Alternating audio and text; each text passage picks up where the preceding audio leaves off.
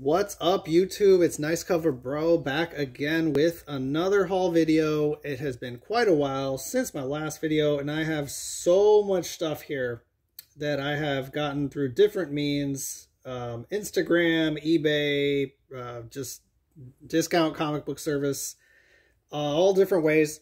So let's get to it. I have a new lighting situation. I think it'll help a lot with the glare and stuff. So first things first, pre-orders. I get all my stuff from Discount Comic Book Service. They send it to me in one shipment at the end of each month, so I really like it. And yeah, first thing here is some indie titles. So I'm taking a chance. I'm playing the game, the speculation game, and I'm just going to get the #1s on some very few specific indie titles because I'm not super interested, but it seems like every single time one of these books is going to be made into a show or something, and the price skyrockets, and I just want to get in on the super ground floor when you're paying a discounted price because you're ordering it so far ahead of time. So I got What's the Furthest Place from Here, #1, from Image. A little bit of buzz around that when it came out. Primordial, #1, Jeff Lemire. Also a little buzz when it came out. Never know. I got Newburn, #1, from Chip Zdarsky. Also have some slight whisperings about this book. This is the variant cover, so I like that one.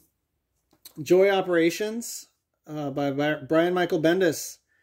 Another one I'm just taking a chance, just holding on to #1s. You never know. It's a very low buy-in, so this is a Mac variant, so pretty nice.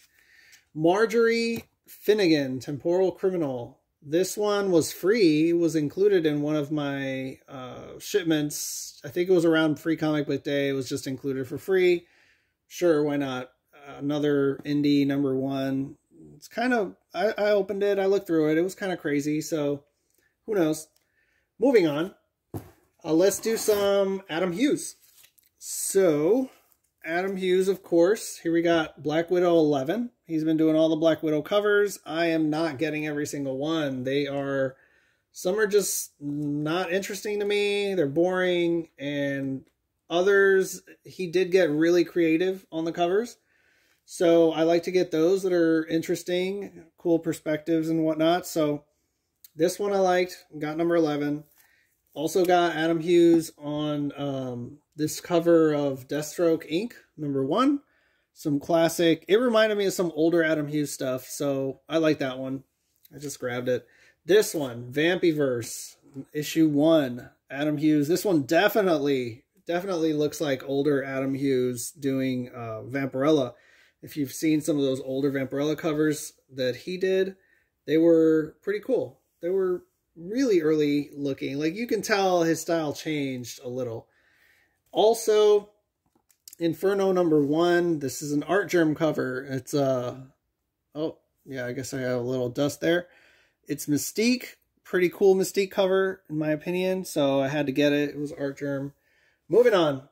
More pre-order stuff. Almost done, but surprise, surprise, these are all Parrillo covers. So we got Red Sonja, Black, White, Red, #3. I think this series, I don't know, I think Dynamite started doing the Black, White, Red stuff, and then Marvel jumped on the bandwagon and did the Wolverine, Black, White, Red. Now they're coming out with an Elektra one that has the Black, White, Red subheading, I guess. Yeah, I'm not getting all of these. Parrillo is doing all the covers for this run of Red Sonja, but I only got some of them that I liked. This one, Sheena, #1. Yes, Parrillo is doing all of the covers for this series. And yeah, I liked it. This one and the future ones that are coming out. Some good Parrillo stuff. NYX #1. Another great Parrillo cover. Really like it. Sonya Versal #8. I like that one. I didn't get all of the ones. I think he did a couple more for this title, but I only liked a few. So yeah, Vampirella 3 and 5. Same story here. He is doing all the covers for this one, at least all the regular A covers, but I'm not getting every single one, only the ones that I like. So yeah, I don't care too much about missing out on some of the Barbarella ones. However, Vengeance of Vampirella, numbers 21 and 22. Whenever Parrillo does Vampirella, wow, he does it right. Like, all of his covers, they're all pretty cool creatively. They're different. I mean, this one, the color, there's so much red here as opposed to his regular, like, dark black and gray looking covers. And look here, we have 23 and 24. So again, more variation, different poses, different light sources. I mean, just great painting overall. Like, what can you say? It's too good. Also, the regular series, Vampirella 24 and 25. So the non-Vengeance of Vampirella series, if you will. This one, awesome as well. These two, great looking. They look like some of the other Vampirella stuff he's done, but I still appreciate it. It's still a different cover, and they look awesome. I mean, you cannot knock them. They're so good.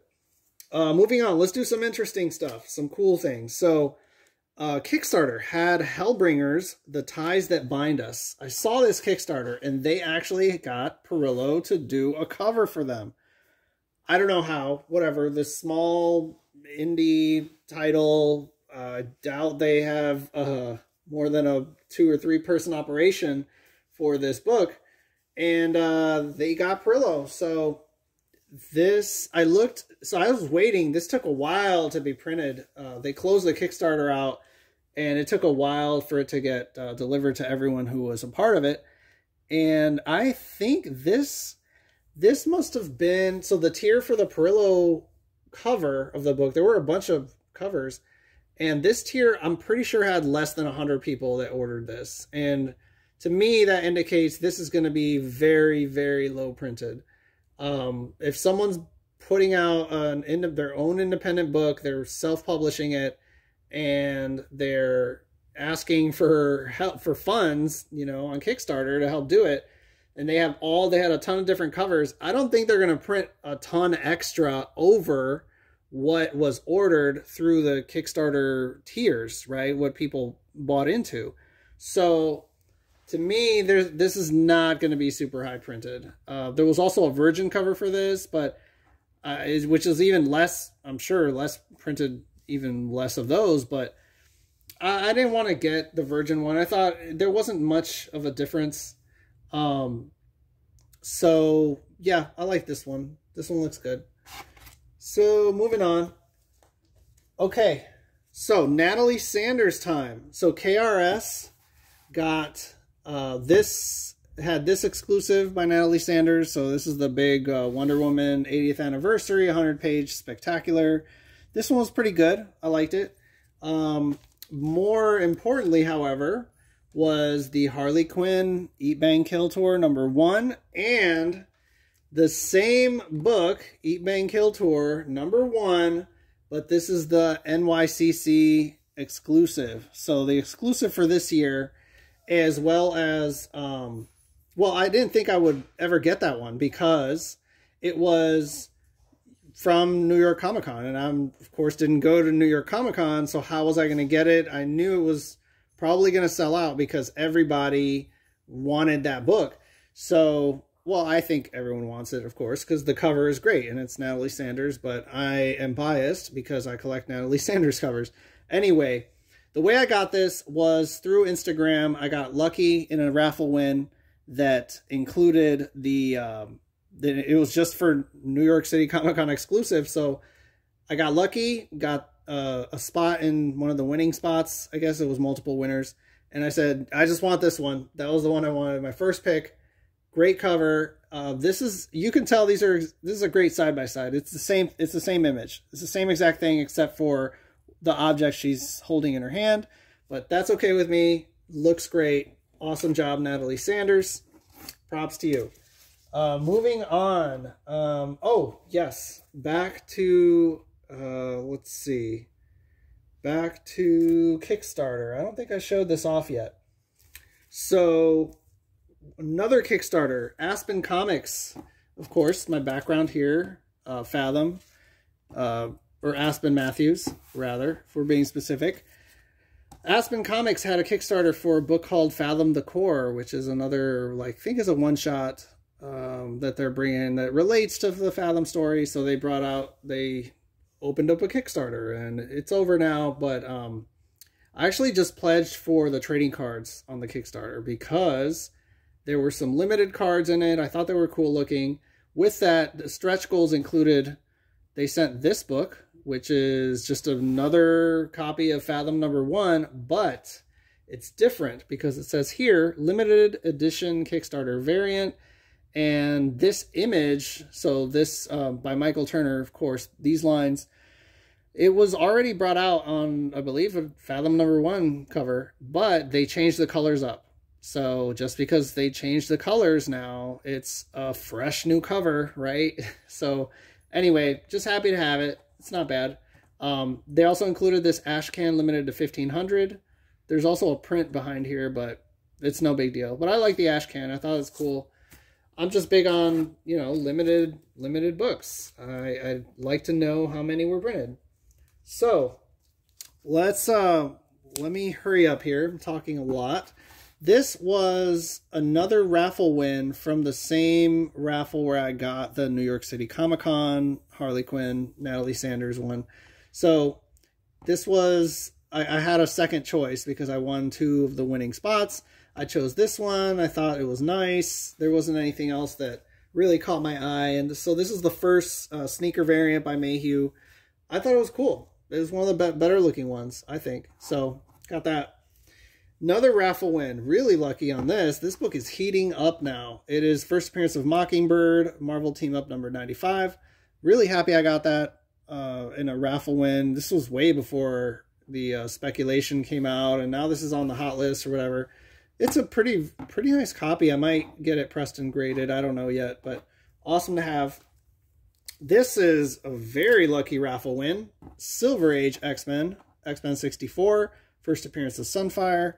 Just super lucky. What I was doing was I was bidding on older books that were pre-1975 because I was starting up a pile of books to, like a stack of books, to send to get pressed and cleaned and sent to CGC. So I said, okay, I like X-Men. I'm a big X-Men fan.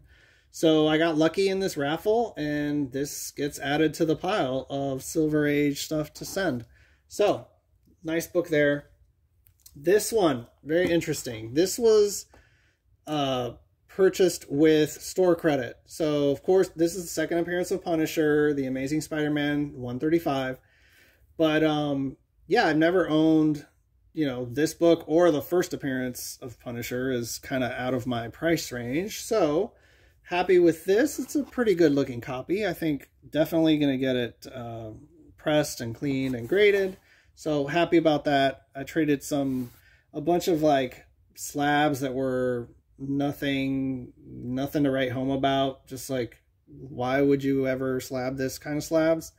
I didn't send them in myself. I just got them like that through mystery boxes and things like that. So yeah, happy to get something that's actually like investment worthy from a bunch of slabs that were kind of like nothing slabs, in my opinion. This book, very interesting. Oh, and I have 2 of these. So this was Gun Honey #1, the Adam Hughes cover that got a lot of buzz when it came out. But these are different because these are the Virgin variants. So these are actually store exclusives. So a store came out, and I was keeping track of this. I was keeping an eye on this book because I knew there was an Adam Hughes cover, and he had not come out with like a very scandalous cover in a while. If you know, if you're not counting the extremely limited Pop Kill #3 or Pop Kill 4, yeah, the Adam Hughes cover that's super limited. There was a Kickstarter, so that one was pretty scandalous. But this one's also, you know, kind of provocative. So I was like, okay, Adam Hughes is coming out with this. It's going to definitely turn some heads at least. So I looked, and this store was bringing out this virgin cover limited to 1,000. And I was like, okay, that's good. I like, you know, that's pretty limited. And then they said, oh, well, they're $15 each. And I was like, yep, that's it. Sign me up. I'm getting 2 of these. And that's it. Locking it down. You know, great price, great everything. Well, it turns out after they sold out of that pre-order for this version, that same store that had the permissions to do the virgin cover, they decided, hey, let's bring out foil versions of this virgin cover and of the trade dress cover. So they went ahead and opened up a pre-order for that now. So I don't know. I thought that was just a in-your-face money grab, because like you would go to the website later and you'd go and you'd see that this one you cannot order anymore. This regular, non-shiny, not foil version, virgin version, they couldn't let you, they sold out or whatever, you couldn't order it. But hey, look over here, you can get the shiny foil versions, and not only that, they also have the trade dress one. So it just totally like, you know, diluted the market with this one Adam Hughes cover that some people were paying a little more for, just for the regular one too, the trade dress one. I myself, I'm glad I got this one. I prefer the non-foily stuff. I don't care too much for foil. I like the regular plain virgin cover. The foils, they're great. You know, don't if you like foil, hey, more power to you. But I just like these. These look great in any light, right?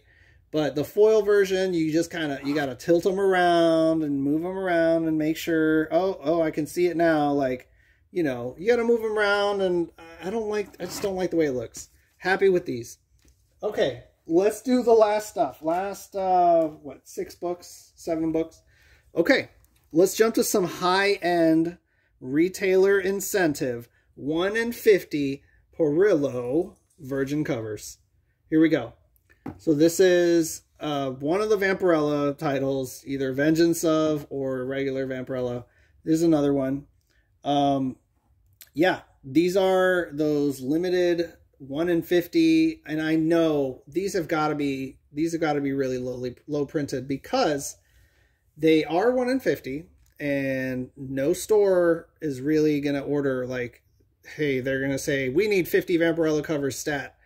Not really.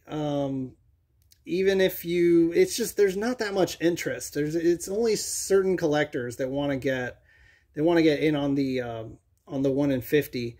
So I think this is just my opinion. I think that these are around between 300 and 400 print run for the 1 in 50s, for these Vampirella covers. And guess what? I got some more. This one, very nice. One of those retailer incentive 1 in 50s. This one, okay. This is Dynamite Lives number 3. Yeah, the 1 in 50, because these are all Dynamite titles. And I think when they have certain artists, especially Parrillo, they're like, okay, we're going to bring out a 1 in 50, super high-end, limited, blah, blah, blah, just because it's awesome. So, yeah, I thought this one, I was like, wow, this is really awesome. Like, you get Red Sonja and Vampirella zombified in one book. Like, what else could you ask for? And a painting done by a master artist. So, I got that one. And then this is an older, from the Deja Thoris series that came out, like, later last year to early this year, very early this year. It's over now, like it's been way over. But I found this one, the limited 1 in 50. I really liked it, so I was like, okay, I'll get that one. All of these 1 in 50 high-end, whatever, virgin covers, they always retail for $50 when they come out. But I do not pay $50. I wait for sales. I look on eBay, wherever it is, and I try to find the best deal, and then I jump on these. I think these are going to be really, really hard to come by in the future. Like, basically, it's the same formula as when you look for things that Parrillo did from 2012 to 2013 to maybe even 2014 that were those older Vampirella covers, Red Sonja covers. Man, those things demand premiums. They are so hard to come by. Anyway, I think the same thing's going to happen.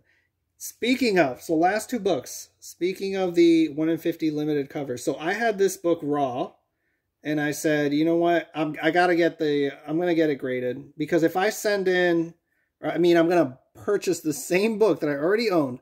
I'm going to purchase it graded. Boom. Let me show you the book while I talk. This is Deja Thoris number 10, but it is the 1 in 50, that high-end retailer incentive thing.